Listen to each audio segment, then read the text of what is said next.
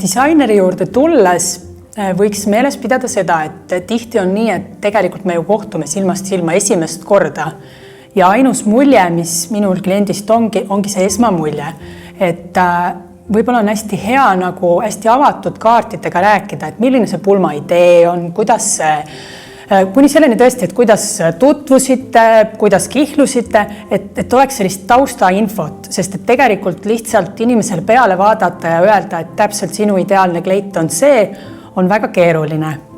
Ja pulmas ongi oluline, et kogu see tervik oleks harmooniline, see peokoht, kleit, tõesti lilled, riided, et kõik läheksid nagu omavahel kokku. Ja siis tegelikult see mõte nagu hakkabki sealt hargnema, et mis on need värvid, et milline see pulm välja näeb, et kas pruut tahab seal tantsida või ei, kuni tõesti selleni välja, et kas ühel hetkel tuleks need kontsakingad madalate kingade vastu vahetada. Et need on võib-olla sellised asjad, mida enne võib mõelda ja mida võib ka kaasa võtta, on tõesti nagu mingid näiteid, millised, mis stiilis see pulm tuleb. Et need on hästi head sellised stiimulid, millega nagu tööle hakata. Et mõelda võiks ka loomulikult sellele, et kas selle kleidiga peab sinna pulma kohta reisima või ei, et kas on mingeid erilisi transpordilahendusi vaja. Et siuksed väiksed asjad, mille peale, et mõnes mõttes need isegi on siuksed nagu kohtumise käigus, mis tulevad asjad välja. Ja mõnikord võibki juhtuda niimoodi pruudiga, et ta on absoluutselt üle küsitud. Et mina tahan oluliselt rohkem infot, kui tal alguses seda on.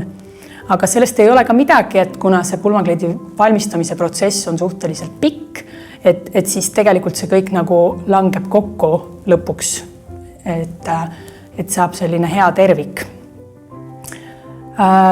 Millest veel võiks rääkida kindlasti ja silmas pidada, et pruut ja peigmees oleksid nagu võrdsed.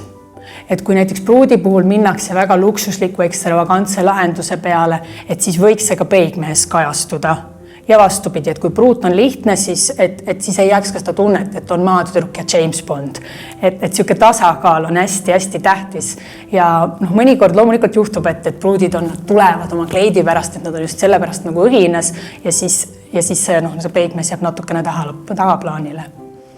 Ja on ka hea siis läbi arutada peigmeega, et mis tema tahaks selga panna, et kui välja peetud või kui just casual ta sellel sündmusel on. Põhiline, mida tegelikult ei tasu disaineri juurde tulles karta, on see, et disainer sunnib midagi peale. Et kõik need riided, mis lõpuks siit väljuvad, need sünnivad tegelikult koostöös kliendiga. Ja nad on täpselt sellised, nagu klient tahab. Nendel on võib-olla natukene mingid ideesid lihvitud lihtsalt, et mõte kipub tihtipeale laiali jooksma ja see on lihtsalt pakitud kokku üheks ilusaks tervikuks. Kui tegelikult ei ole ühtegi ideed kleidi suhtes, ega see ei ole ka maailma lõpp. Et täpselt samamoodi disaineri juurde tulles, disainer lihtsalt hakkab uurima kuskilt vaikselt ja saab tegelikult päris ruttu aru, et kuhu suunda võiks selle kleidiga liikuda. Et kas või selliste lihtsate nippidega näiteks, et kui klient teab, et talle väga hästi sobib pliiatseelik, siis on väga suur tõenäosus, et talle meeldib ka näiteks siuke kergelt liibuv merineitsi stiilis kleit. Või vastupidi just, et kui talle tunneb enda alati mugavalt tõsiselt ilusas kellukese seelikus, siis on see hästi hea lähtepunkt, kust hakata tegema siis pulmakleiti. Ja palju ka tegelikult mõjutavad materjalid, et kui materjale katsuda, siis tekib ka juba mingi selline suhestumine, et kas ma tahan selliseid nagu tugevama vormiga kleiti või lendlevamat, et sealt tegelikult lõpuks ikkagi koorub selline idee välja, et lihtsalt natukene on vaja suunata. Ja pulmakleidi puhul loomulikult raske on see, et see on üks kleit, kuhu peab kõik hea kokku panema.